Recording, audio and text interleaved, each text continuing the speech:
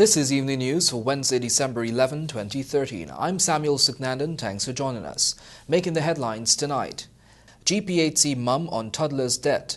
Autopsy results. PSC up in arms over APNU's Berbice Bridge toll reduction motion. AFC signals support for retabled legislation on arms and AML bill. Hearings into allegations against Kamal's home begins tomorrow. And Kaicher News caught in another web of lies about Jagdeo. And now for the news in detail. The principals of Kaicher News have been caught spinning another web of lies in their continued preoccupation with the former president Bharat Jagdeo. Let's get more details in this report. Owner and publisher of the Kaicher News, Mohan Lal, also known as Glenn Lal, and the newspaper's editor, Adam Harris, have been caught blatantly lying yet again. This newscast has confirmed that the property located on Church Street, Queenstown, is not owned, nor is it in the process of being acquired by former President Bharat Jagdeo, as claimed by the Kaicher News in the front page of its Wednesday edition. It was confirmed that the property is owned by a Regent Street businessman. The businessman with whom the Evening News spoke said he has not sold the building, nor is he in the process of selling that building to anyone. The businessman, however, requested that his identity be withheld. The Kaicher News on its front page published photos of two properties, the one at Lot 299 Church Street and another at Lot 300 New Garden Street, which it claimed to have been acquired by Jagdeo for an undisclosed sum of money. The property on New Garden Street has been refurbished to house the Jagdeo Foundation. The article demonstrated what is a clear sign of continued despicable preoccupation with the former president by the principals of the Kaicher News. At this stage, one can only wonder what will the next piece of information be about. Michael Young reporting for the Evening News. Officials at the Georgetown Public Hospital remain tight-lipped on the sudden death of a 4-year-old child who was admitted to the medical facility to seek treatment after he bit his tongue. Bisham Mohammed has the details. Today, officials at the Georgetown Public Hospital declined to release the findings of an autopsy completed on the body of 4-year-old Jaden Mars, who died yesterday after going to the institution to receive stitches to a cut on his tongue. The post-mortem was performed by Dr. Niyal Singh at the Georgetown Public Hospital mortuary. When contacted, the Chief Executive Officer Michael Khan said that he is not authorized to reveal the findings of the pathologist without consulting with the relatives of the dead child. Little Jaden was pronounced dead at the Georgetown Public Hospital a few hours after he was admitted last Wednesday. His mother, Natalie Casey, explained what occurred on the day her son sustained the injury. After Jaden hit his chin and bite his tongue, my mother took him over to the health center. They washed out the mouth so there was no bleeding. They gave us a referral to go over to the Georgetown Hospital because even though it was a minor laceration, it may have required 2 to 3 stitches. So we went over there and he was given some anesthetic, 25 milligrams ketamine, which was supposed to put him to sleep based on his weight, which is 19 kg. It didn't work, so they gave him another 25 ketamine, total of 50 grams. He still wasn't asleep, so the doctor said, I'll have to send him to the theater. 10 to 15 minutes, a couple of stitches on the tongue, and possibility exists that, he may even go home because it's a minor injury. More than an hour time would have elapsed. Then a group of persons came to me, including the anesthesiologist, the 2 doctors, and the nurses from there. And they said Jaden heart arrested while they were stitching, doing the work there. And they resuscitated him, but they have to take him over to ICU. Jaden walked to them. He didn't want to go. He said, Mom, my tongue feel better. Let me go home. I said, Jay, these people are going to help you. Go with them, and when you finish, I'll be right here waiting. Right? And he said, okay, and he went along with them. He walked in, and it's not a case that he wasn't sick. He walked and he went with them, and that was the last of Jaden. The heartbroken woman further explained what she saw when she turned up at the intensive care unit. When I went over to see him, he was totally non-responsive. No pupils reacting, no eyes opening, no talking, no finger moving. Life machine, ventilator, basically just a body and a machine functioning. The woman is of the opinion that her son was overdosed with anesthetics. This, she alleged, might have resulted in him suffering more than 5 cardiac arrests. Kaisley is insisting that her son was healthy when he was taken there, even though he had some problems with asthma in the past. She has demanded a full investigation, which this newscast understands is underway, explaining that nothing can replace her lost son. She also regrets taking Jaden to seek medical attention there. Bishar Mohammed, The Evening News. A motion submitted on Thursday by APNU to Parliament, which seeks to have the government instruct its representative on the board of the Berbice Bridge Company to demand an immediate lowering of tolls, has been condemned by the private sector. Here is more. The motion stands in the name of a Partnership for National Unity APNU Member of Parliament, Joseph Harman, and is seconded by Amna Ali. It is to be tabled at tomorrow's sitting of the National Assembly. The Commission has expressed deep concern over what it said appears to be attempts to interfere in the management of the Berbice Bridge Company, which is a private sector company. It said it would vigorously oppose any form of non-regulatory interference in the management of private sector companies, which in this instance, if allowed to proceed, will negate against attracting private investment in similar infrastructural projects. The PSC argued that the Berbice Bridge Company is owned 80% by Guyanese private sector interest, including pension funds, and 20% by an institutional investor, the National Insurance Scheme, that also holds non-voting preferences stock in the company and provides one of the few opportunities for a good investment return on Guyanese workers' NIS contributions, and may also be considered critical to the future life of the scheme. It stated that as far as it is aware, the government directly or indirectly has no investment in or liability relating to the bridge at this time, but the company attracted investment by offering a minimum return to investors who were prepared to take the financial risk. This must not be interfered with. It also argued that the company's safety and maintenance records are well above average, as are customers' facilities at both ends of the bridge. The PSC also reminded that the company is managed by a board of directors representing the investment interests. No one director can determine or undermine the decision of the full board, government or not. For the Evening News, I'm Samuel Suknandon. Meanwhile, the National Insurance Scheme Board Chairman, Dr. Roger Luncheon, has put to rest allegations that the scheme's investment into the Berbice River Bridge was risky, noting that it has proven to be profitable. Svetlana Marshall has more. Just days after the opposition leader, David Granger, contended that the National Insurance Scheme NIS has indulged in risky investments, inclusive of the US $10 million plugged into the Berbice River Bridge, NIS Board Chairman Dr. Roger Luncheon refuted claims made. Speaking at the office of the President today, he said the investment into the construction of the Berbice River Bridge was one of the better investments. The scheme has benefited. The benefits have been to our expectation, and I, with utter lack of any reservation, say that this investment in the Berbice River Bridge has indeed been one of the better investments that the scheme has made. Dr. Luncheon declined from making financial disclosures regarding the returns that the scheme has raked in since the operationalization of the Berbice River Bridge in 2008. In addition to the US $10 million investment, a Partnership for National Unity APNU condemned the move by NIS to plug millions into CLECO. We are waiting, like many others, a resolution of outstanding legal litigation to have our $5 billion returned to us. We are waiting.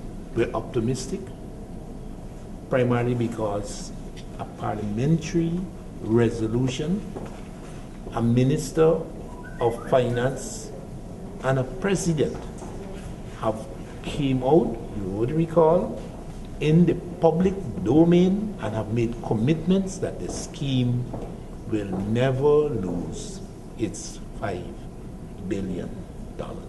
Additionally, APNU opined that NIS was in a state of crisis, but according to Dr. Luncheon, NIS is nowhere close to a crisis situation, as he flagged comments by the opposition. The average stakeholder knows that this issue about NIS being in crisis is just fallacious. We do have problems. I would be the last to deny that the scheme doesn't have a problem.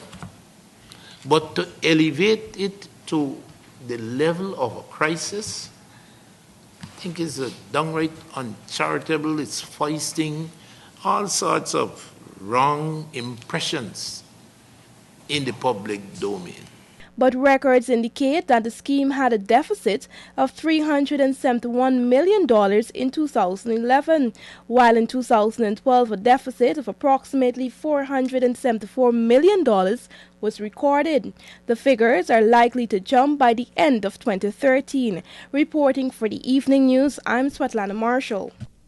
You're watching the Evening News. Join us after these messages for more news.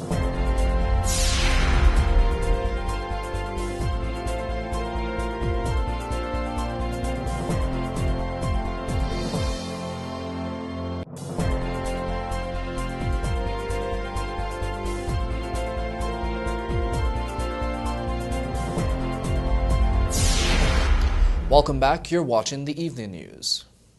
Disgruntled sugar workers on all estates down tools today demanding their annual production bonus, resulting in a total shutdown of operations across the industry. Here are the details in this report. The Ghana Agricultural and General Workers Union GAWU, which has organized the current strike, had on November 18 submitted a claim for an annual production bonus. This bonus would have covered a 6.80 days pay for a production of 201,000 tons of sugar, or alternatively 29,500 tons per day pay. But Kaisuku said today, during prolonged deliberations on Tuesday between the two parties, it suggested that the union review its original demand to facilitate further dialogue. It further suggested that both parties meet this Friday to resolve the matter, and the union allegedly agreed to the proposition. The corporation said it is therefore disappointing for the union to call a strike when there was an agreement to meet and further negotiate its demand.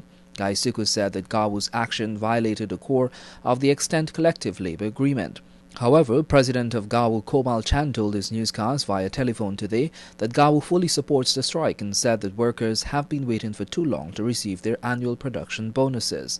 Chan said that the union has waited some 23 days before it received a response on the issue despite numerous calls made to the corporation's Industrial Relations Department. He added that after meeting with Kaisuku's management, it was noted that they will not be making any awards. It is after GAWU pointed out its disapproval on this issue that the corporation decided to meet with the union representative this Friday. Chan said workers have every right to protest and press for changes, and the union will stand by their side. Kaisuku has confirmed that almost all of the sugar factories are not working and hundreds of sugar workers have not turned up, causing a major shutdown and another loss in production. The corporation said it hopes that workers can resume work soon. For the Evening News, I'm Samuel Suknandon. Head of the Presidential Secretariat, Dr. Roger Luncheon, today maintained that the government of Ghana's move to reject the United States Agency for International Development USAID 2012 project was just. However, he failed to disclose details of the project. Details from Svetlana Marshall. Head of the Presidential Secretariat, Dr. Roger Luncheon, remains tight-lipped on the particulars of the United States Agency for International Development USAID 2012 project that was rejected in October. According to Dr. Luncheon, the 2012 USAID project did not represent the input of the government of Guyana. It was explained that in the latter part of 2012, the U.S. Embassy approached the Donald Ramotar administration to garner support for the implementation of a USAID project for Guyana. The procedure, heretofore, the government and USAID confronted with the adoption and implementation of new programs are rather conventionally sat across the table, discuss maturely, and on that basis shook hands on an agreed upon project. its design, its activities, and such like. Dr. Luncheon said subsequent to discussions, the parties agreed on the way forward. However, USAID failed to include the proposals tabled by the Guyana government. The abandonment of convention and the actual design of this project was unacceptable. The abandonment of convention, meeting and talking and agreeing on the project, the abandonment of that convention was unacceptable. The design permitted the involvement of USAID in the national life and politics of Guyana. Hence, it was rejected. The US $13.1 million bilateral agreement was slated to advance development in health, economic growth, democracy, and governance. Reporting for the Evening News, I'm Swetlana Marshall. The government will be moving to table 4 bills in the National Assembly, including those that were shut down after it was presented to the House by Home Affairs Minister Clement Rohi. Here are the details in this story. At this sitting, it is proposed that this is by the government, the Anti-Money Laundering Amendment Bill, previously rejected, be resubmitted. The Firearm Amendment Bill,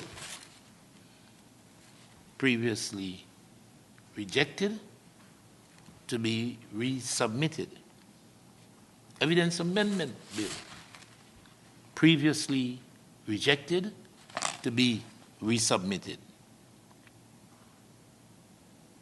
The view is better luck this time, especially since the mover, the goat has not bitten him. That was head of the Presidential Secretariat, Dr. Roger Luncheon, during his post-cabinet press briefing. These bills will be presented to the National Assembly by Attorney General and Legal Affairs Minister Anil Nandlall tomorrow. All of the bills will be read for another time in the National Assembly since they were previously rejected by the House when it was first read by Minister Clement Rohi. Minister Nandlall told this newscast today that it will require technical fixing if the bills are to be first of all read and then approved in the National Assembly. Because the standing orders essentially prohibit the retabling of a bill that has been voted down in the Parliament. The standing orders, however, allow for any standing order to be suspended by a majority of the whole House. So the going forward of those 3 bills will depend largely upon whether the government is able to get the support of the opposition to suspend the relevant standing orders. Asked whether he is confident of having these bills accepted by the House, Nandlall said that the mere fact that the opposition has raised concern of having it presented by Minister Rohi, the government is now tabling it through him instead for scrutiny. So if I am to judge by what has been published in the press by the opposition, then I cannot see any reason for them not supporting the bills this time around. All these bills are extremely important to Guyana's welfare and to the people of the country. Several other bills are expected to be read for the first time in Parliament tomorrow. The agenda for this sitting is packed and will see crucial decision made. Bisham Mohammed, The Evening News. Leader of the Alliance for Change, Kemraj Ramtatan, today announced that his party is likely to support a legislation that will be reintroduced to the National Assembly tomorrow by the government. He said that the party has taken a principled approach, and since the Home Affairs Minister is not retabling the suite of security sector bills, the party is sure about its support for the Firearms Amendment Bill. But we would have brought back the Firearms Bill. Our objection to the Firearms Bill was because it was being brought by Mr. Clement Rohi, who we had no confidence in. I rather suspect that the government has seized the initiative because they had indicated that they are going to bring it back, and I understand that they're bringing it back now through the Attorney General. So at least for that reason, we feel happy that it is not Clement Rohi, who we have no support to give, and no confidence in. So we are going to support that bill and the evidence bill, the Evidence Amendment Act bill. The residents of Campbelltown, Madhya are protesting the absence of potable water and insufficient electricity in the village. They voiced their concerns to opposition leader David Granger during a visit to the Amrinian village on Tuesday. The residents stated that they usually get water from Salbora Creek. However, due to the poor management and lack of maintenance at the reservoir, the water is not potable. While they further claimed that they were promised 18 hours of electricity per day by the government, they are currently getting only 12 hours. Granger assured the residents that he will ensure that their plights are being heard. He said poor governance of the people in one of the richest regions in Ghana will not be condoned. The opposition leader further noted that if the government does not satisfactorily resolve these issues, then he will take it before the National Assembly. Join us after these messages for more of the evening news.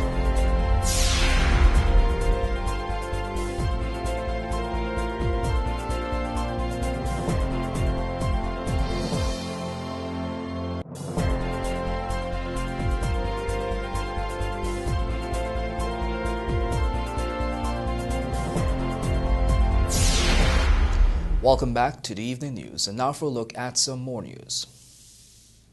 The Alliance for Change, AFC, said it is willing to consider the suspension of the standing orders of the National Assembly in order to facilitate the anti-money laundering bill being brought back to the House, but said it wants assurance that there will not be another stalemate.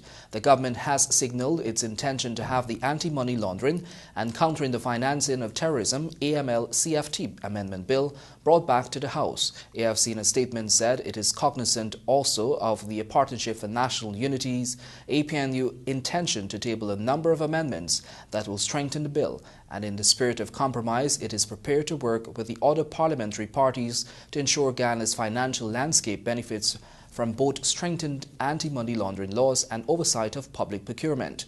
According to the party, in a roadmap that was shared with President Donald Ramotar and APNU leader David Granger, the AFC has outlined how passing the AML-CFT Amendment Bill and operationalizing the Public Procurement Commission under the existing Procurement Act can both be accomplished within 3 sittings of the National Assembly and before any deadline.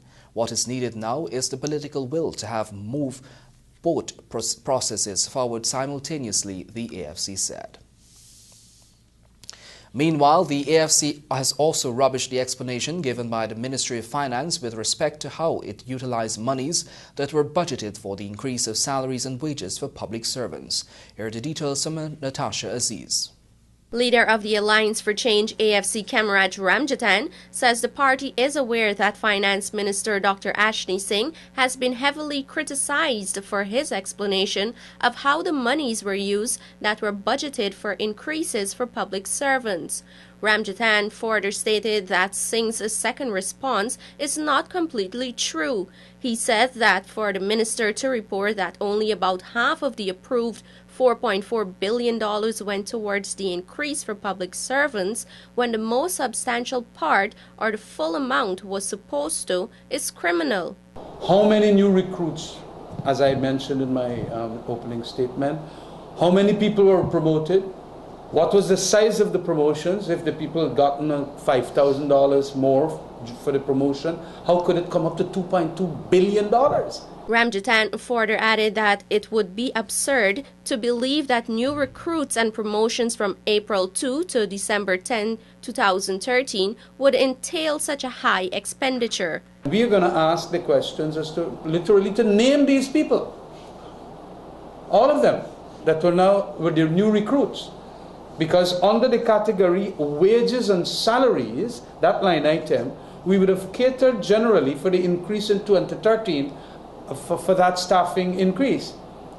But now to go into the revised wages and salaries, to pluck out for new recruits, hardly likely being so much so as to take care of $2.2 billion. It is crazy. It is ludicrous. Ramjatan further added that Singh would have to account for all the promotions which the $2.2 billion was spent on. For the Evening News, Natasha Aziz. Today, the PNP insurance brokers and consultants donated checks to 10 charitable homes from all across Guyana. More in this report.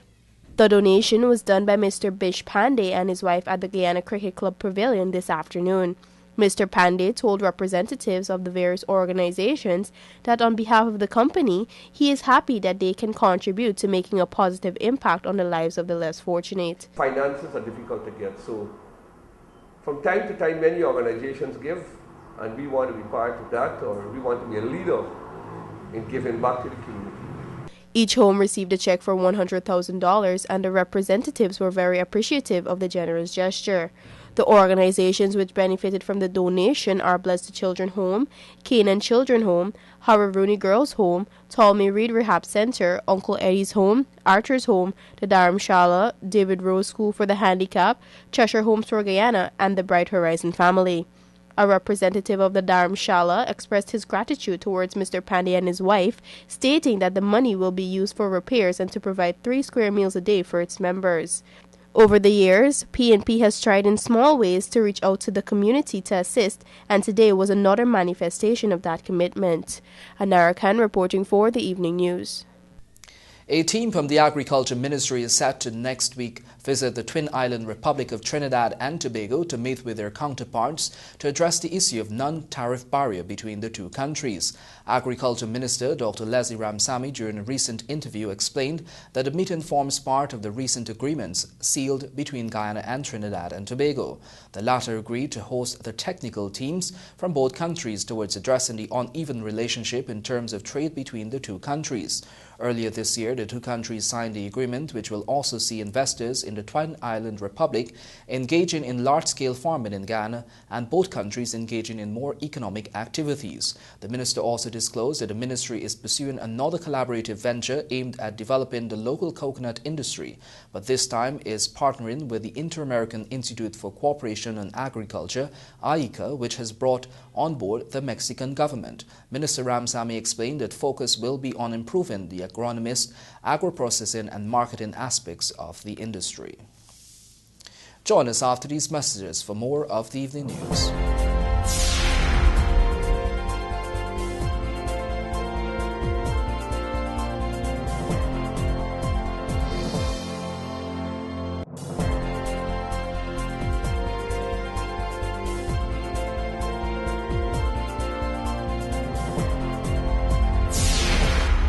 Welcome back. You're watching the Evening News.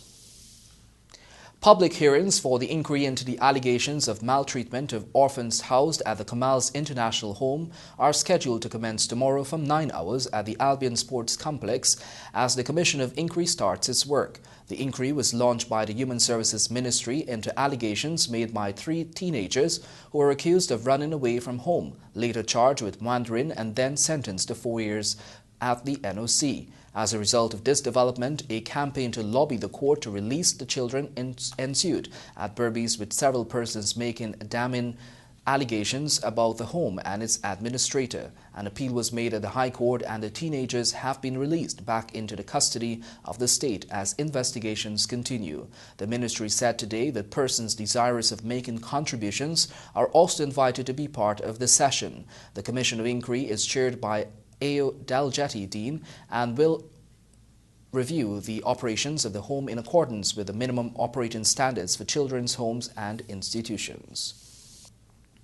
The Maritime Administration Department, MARID, as part of its ongoing river safety campaign, has recently distributed a number of life jackets to several schools in Region 3. A team from MARID visited Hog Island, Saxicali, Lanabali, Aliki and Bonasika in an effort to promote safety on the waterways and specifically to ensure that the children of those areas are safe while traversing the river.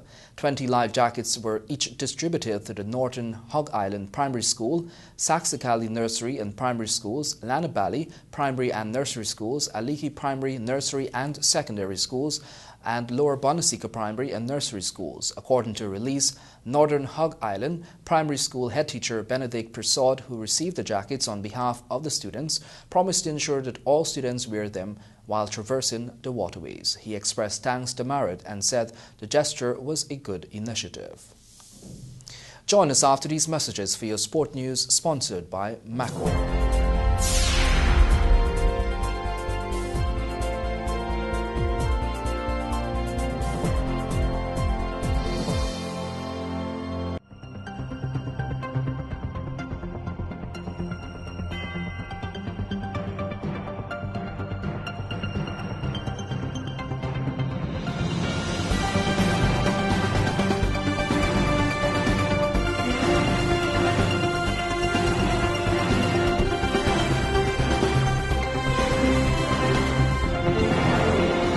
Welcome back, and now for a look at sport.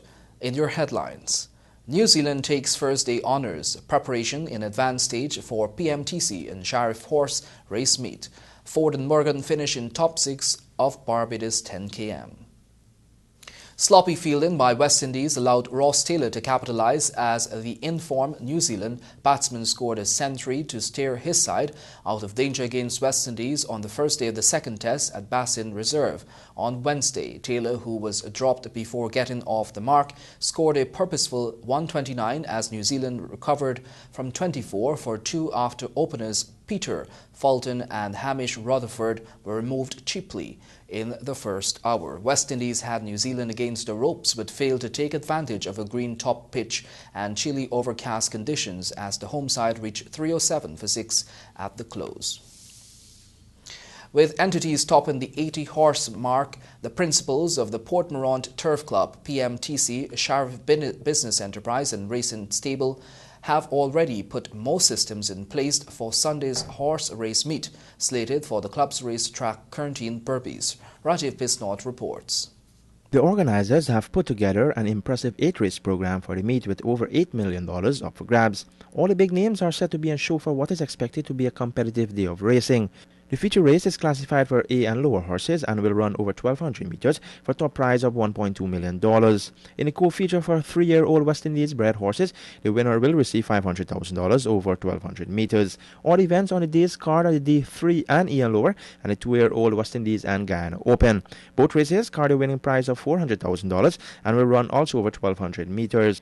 Both the 3-year-old Guyana Open and the G1 and lower races will run over 1,200 meters, with the animals running for a first prize of $300,000. The I and lower race has a winning tag of $200,000, while the G and lower class matchup will see the winner pocketing $150,000. The meet will be run under the rules of the Guyana Horse Racing Authority. Horse owners are also reminded to get their horses properly registered with the GHRA, since those horses not properly registered will not be allowed to participate in these proceedings. Race time is 12:30 hours. Guyana's premier distance athletes Cleveland Ford and Alika Morgan finished in the top 6 of the annual Powerade Run Barbados 10 km and half marathon events which ran off in Bridgetown over the weekend. Ford placed 4th in the 10 km road race, clocking 32 minutes and 26 seconds, and 5th in the half marathon in a time of 1 hour 13 minutes and 22 seconds. On the other hand, Morgan ran in 5th in the 10 km event. She was also 5th runner-up on Sunday morning in the half marathon. She covered the distance in 1 hour 41 minutes and 6 seconds. Meanwhile, Kenya-born Richard Kessio, who now represents Canada, won both events over the weekend, as did American Jess Peterson on the distaff side. Remember, you can read about these and other stories in tomorrow's edition of the Ghana Times newspaper, which can be picked up from vendors across the country. When you're not reading our newspaper or watching TVG Channel 28, do remember to tune in to RGI on 89.3, 89.5 or 89.7 FM. Join us after these messages for your bridge reports.